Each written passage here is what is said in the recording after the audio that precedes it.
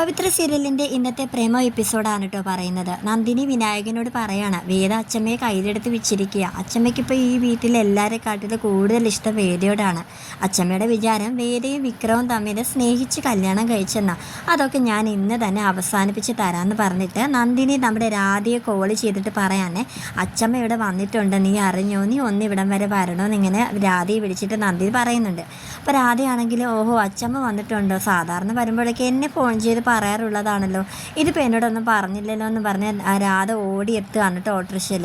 അപ്പോൾ മുത്തശ്ശിയാണെങ്കിൽ രാധയെ അത്ര മൈൻഡ് കൊടുക്കുന്നില്ല, അച്ഛമ്മ അത്ര മൈൻഡ് കൊടുക്കുന്നില്ല. അപ്പോൾ രാധ പറയുന്നുണ്ട്, എന്താ അച്ഛമ്മേ എന്നെ എന്താ വിളിച്ച് പറയാതിരുന്നതൊക്കെ ഇങ്ങനെ പറയുമ്പോഴത്തേക്ക് അച്ഛമ്മ പറയാണ്, എടി രാധേ, നീ ഇനി ഇടയ്ക്കിടയ്ക്ക് ഇങ്ങോട്ടൊന്നും ഓടി വരേണ്ട കാര്യമൊന്നുമില്ല.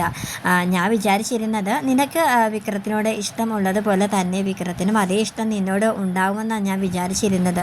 എനിക്കിപ്പോഴാണ് മനസ്സിലായത് അങ്ങനെയൊന്നും അല്ലായിരുന്നു, അതൊക്കെ നിൻ്റെ മാത്രം വെറും ഒരു തോന്നലായിരുന്നു എന്ന്.